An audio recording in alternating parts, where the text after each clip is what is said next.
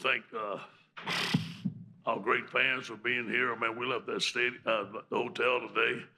What a phenomenal group we had. It just gave us the energy and all night. And they've been with us all year. And give the credit to our players. Those guys fought. We started working last year, January 17th. They worked their tails off with Tommy Moffitt.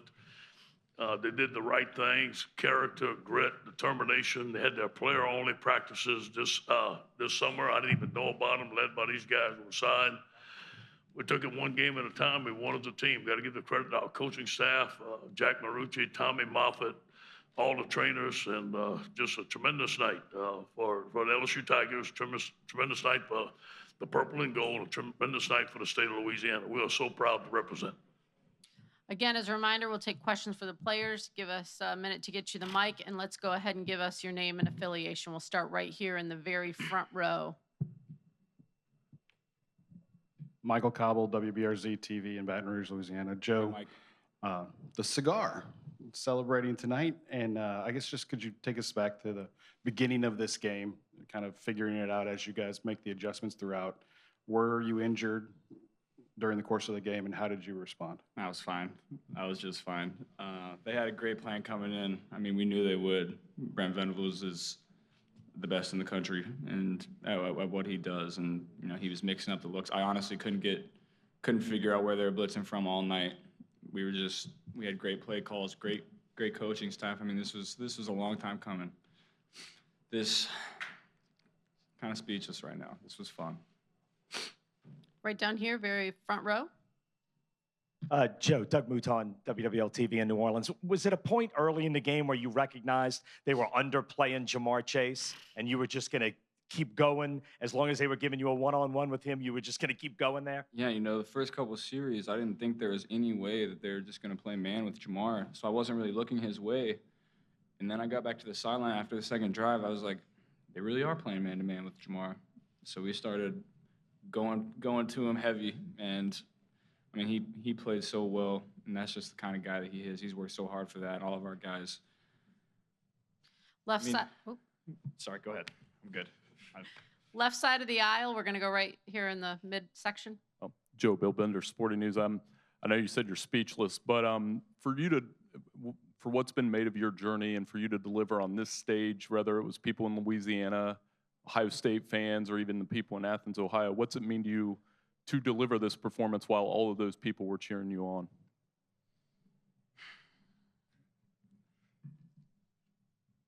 Feels good.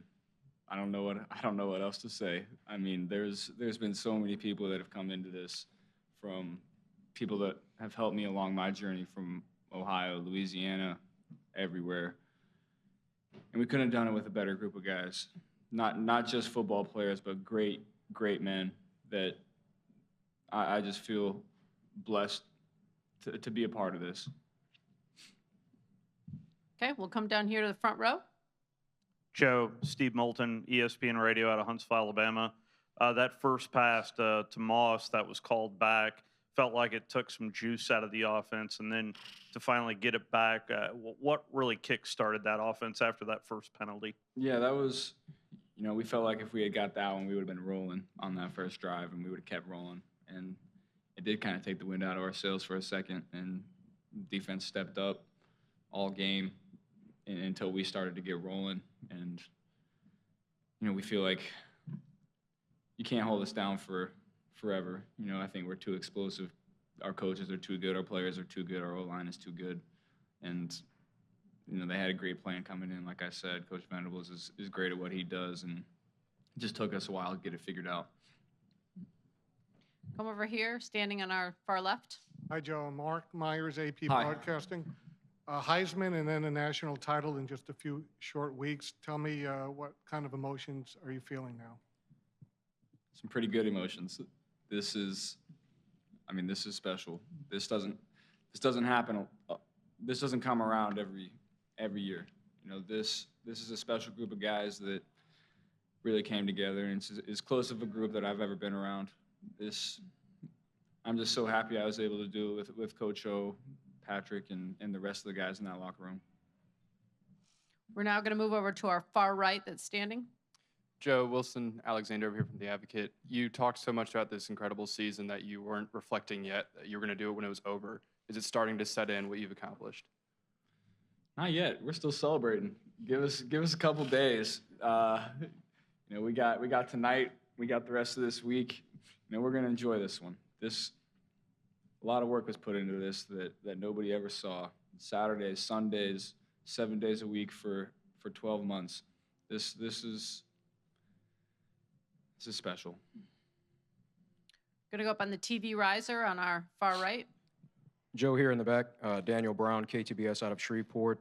10-point game. Terrace Marshall catches that touchdown pass. His saying is meant to be. At that point, did that championship feel meant to be? You know, Terrace, you know, he took him a while to get going, but he made the championship play. And I couldn't be happier for that guy. He's worked harder than anybody on this team, and he's worked on his craft for a long time. 5-star coming in, had some bumps in the road, and for him to make that play, I'm so happy for him and his family. We're gonna go back here in the back right-hand aisle. Joe, Andrew Clay, KTC in Lafayette. You will be a hero in this state for decades. Can you grasp that? Where are you? There you are. Sorry, can you say that again? Yeah, you will be a hero in this state for decades. Can you grasp that magnitude? You know, I think, you know, this what we did tonight can't be taken away from us. I don't know about the whole hero thing, but I know this national championship will be remembered for a long time in Louisiana. To do it in New Orleans is even more special, and you know, this is going to be remembered for a long time. Stay on the right-hand side, third row. Patrick Billy Witz with the New York Times. A couple questions. What, at the end of both or the latter part of the first half and the latter part of the second half, the defense really kind of buckled down. What can you kind of talk about what you know, what you did to get rolling? And then also, you know, if you can describe, I guess, at the point in the last couple of years where you felt like maybe it was Joe's team to a degree. You know, at the end of the first half, Coach Arana sat us down, calmed us down. You know, we was really anxious being out there, so we just, you know, all gathered together and, you know, just played team defense. And we always knew this was Joe's team from the day he came in. He was competing in sprints. So just for Joe to be that kind of person to come out on day one and try to give us the best that he can, we already knew it was his team. Stay over in the same section, slightly further back. Ed Danielson from The Athletic. What did you think coming into the game about the potential of what a victory would mean, and how do you feel personally now? You know, I talked to the team about the focus all week was to beat Clemson, not thinking the magnitude of, hey, we're going to win the national championship, what's going to happen, all that. So our focus was, and the guys just followed it, man. Our focus has been one game at a time, one day at a time. And our guys did a tremendous job. Now, I think that, you know, this team is going to be mentioned as one of the greatest teams in college football history, 15-0. One of the greatest teams in LSU history, led by some of the greatest players. Give them all the credit. But, you know, that's for you guys to decide. We're national champs. Well, we're 15-0. Whether we mention as one of the greatest teams or not, that doesn't matter to me. I think that we're going to get to work. We'll go to class on Wednesday. We'll start working on next year. This will be our last question for the players. Guys right here in the front. This would be for Ed and for Patrick. Matt Moscona, ESPN Baton Rouge. You forced Clemson into 9 punts. What worked so well, and did you think you could have that kind of success? Yeah. I think the one thing is we stopped A-10. I thought our guys did a tremendous job of not letting him run the football on us. We knew Trevor was going to make some plays. They made some plays downfield. But you know what? I thought the coach around had a tremendous plan to get pressure. We never panicked. And those 3 and outs and those punts were critical in the ballgame. I think this guy here, Patrick Queen, had a great game. And, you know, we had to tackle in space. Had great athletes in space. And this guy made some great tackles tonight. Coach Arana, you know, had a great game plan since day one when we started studying them, and we trusted it and we went to work on it. And just to be able to come into this game and be able to make those type of plays, I just want to give God the glory for it. And I just want to thank Coach O for believing in me and be able to play this position. Joe and Patrick, thanks so much and congratulations. It's been a pleasure. Thanks. We'll take questions for Coach now. Take it easy on that cigar, boy. We're going to start over here on our far left in the back. There's so much talk about what this means for Louisiana, but for your small hometown on the bayou, just no one really has ever even heard of it. What does it mean for that community to bring this for them? You know, I remember growing up there, man, losing was an option. It was not an option, man. You had to win. And winning mini basketball, you had to win in the backyard. Cajun people took a lot of pride in who they were. LSU was big, obviously watching Ronnie Estee and them play, so it's going to mean a lot to them. I mean, they're very prideful. It means a lot to everybody in the state of Louisiana. Everybody bled the purple and gold. I think it's a tremendous night for everybody. As a reminder, please give us your name and affiliation. We'll stay in the same section right here in the back. Coach, Bill Bender, Sporting News. 3rd and 10, late in the first half, you call a timeout, or there was 2 timeouts taken.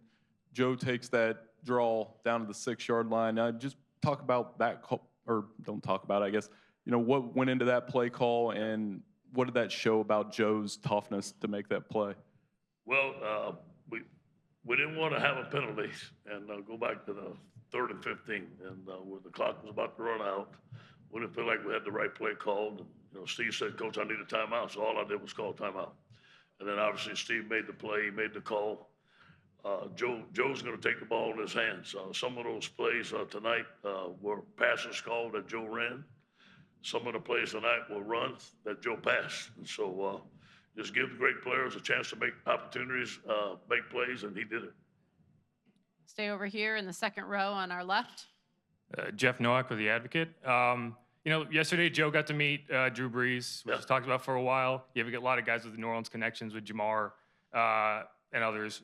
You know, did winning this in the Superdome, you know, talk about any of the added significance there? Do you think that kind of is more impactful? Because I think it's magical. I really do. I think that when we saw that the national championship would be in the Superdome at the beginning of the year, we set our target on that, although we did not talk about it. And we felt that once we come in the Superdome, we'd come out victorious because of the home field advantage. It was great to have Drew Brees yesterday at practice.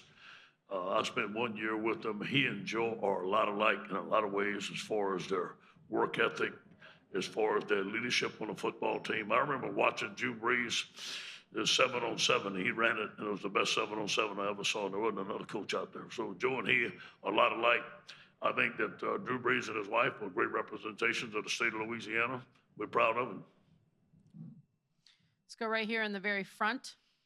Coach O, Steve Moulton, ESPN Radio out of Huntsville. And ultimately, what are you going to remember this season about of all going through the West, going through Texas, I mean, going through Oklahoma, and now just this experience? What are you most going to remember this season for? Yeah, I just think the character and the grit of this football team. Jack Marucci and Tommy Moffitt keeping us together, keeping us in shape. I felt like we could have played it for another month. We were not tired. This team was ready to go. They were enthusiastic. One team, one heartbeat, the character and the leadership, obviously led by Joe. We wouldn't be here without Joe Burrow. We know that. The hiring of Joe Brady and him, the way Steve and Big work together. The improvement of our defense after the Ole Miss game. I think that the defense took it upon themselves, the leaders took it upon themselves, and they knew. I think when we didn't talk about it, but we changed from first to second or something like that because of the defense. I think that was an advantage for us. Our guys took it on the chip on their shoulder, said, "Hey, man, wait a minute. It ain't going to be on us." So all those things combined, but this team was competitive. And you got to give Clemson some credit. Now, they're a good football team. Venables had a good plan. Great game. We're going to stay in the same section, couple rows back. Ed, Dan Wetzel, Yahoo Sports. Your career has had ups and downs, a lot of doubters. A lot of people never thought you'd be a national championship coach. I'm wondering two things. One, at any point during that, did you ever doubt that you could coach at this level and lead a team to this level? And what does your story say maybe to all the people out there whose careers don't just rocket ship to the top and go similar to you? Yeah, you know, I remember not getting the job at USC, and I felt that I was ready to be a head coach. I felt that I had learned from my mistakes at Ole Miss. At that point in time, I wasn't. I remember sitting on the sofa of my house. I had a year to reflect. I remember watching SEC games, and you know what? I know I can compete with these guys, given the right place. I mean, you got to be in a place like LSU and have great coaches and great players to win it. I don't think I could have been somewhere else and we had the success that we had so fast. So I think it's a combination of being in the right place at the right time. I think it's a perseverance too. And man, people are going to talk and all that, but you can't let it affect you. I use that as an internal motivation. People, they tease me the way I talk, tease me the way I look. And when, it's kind of funny, the things that I was doing at Ole Miss, I was ridiculed for. And now I punch myself in the jaw and everybody at LSU likes it. So it just depends where you're at, man. But it's been a great ride. I got to thank my family. And listen, man, I'm in the right place at the right time and a great school with a great coaching staff. I have all the resources that we need. You come to LSU, you just have to do it right, and you're going to win. Have time for just a couple more. We're going to start right here in the front. Yeah, Ed, he kind of stole my question. Doug Mouton, WLTV in New Orleans. 2014, you're at Mandeville High School games as a parent in the stands. Yeah. 5 years later, you have delivered the greatest season in LSU history. And I know you have said all year it's not about me, but have you let that, or will you let that sink in just for a minute, that arc from 5 years ago watching Parker play to today? I think, God had a plan. I got to say it, and it's not me. And all I did was follow the plan. And without him, I wouldn't be here. Without my family, I wouldn't be here. And then I said, I'm thankful for Coach Miles for giving me a chance, man. He hired me at LSU. It's where I wanted to go. I knew I was going to coach. I didn't think this was going to happen. I didn't know. I thought, when I didn't get the job at USC, I said, hey, you might be an assistant the rest of your life. I just love coaching. But everything fell into place. And we're just getting started, man. This is not the finish. I want to be here at LSU for a long time and win many championships at LSU, and this is just the beginning. Again, right down here in the very front. Hey, Ed, Michael Cobble, WBRZ in Baton Rouge. Clyde seemed to be the key that got the engine going tonight. Just how critical has he been, not just to your season, but even tonight? He's the heart of our team, man. He is tough. Again, he's 6'4", 270, and Clyde's going to take it upon himself. I'm glad he was healthy. Those runs he made at the end of the game were very critical. He's hard to tackle. He's got great balance. He has a great trunk. I don't know if he's leaving or not, but if he does, I think he's going to have a great career, and he's going to go down as one of the greatest Tigers ever. Take our last question from the television riser in the back. Shakira Martin from Lafayette. Coach O, you've talked all season about blocking out the noise, but when you reflect, what was it that made this team so different and inspired you guys to just finish the season strong? Yeah, I do believe the leadership, the character, the grit, they wanted to win. And they believed in our coaching staff. They believe in the work ethic. We started last January 17th. We've been working for a year. All those things combined, and obviously I thought we had a great schedule this year. Playing Auburn and Florida at home really helped us. Having a great coaching staff, getting Joe Brady from the Saints, going to the spread.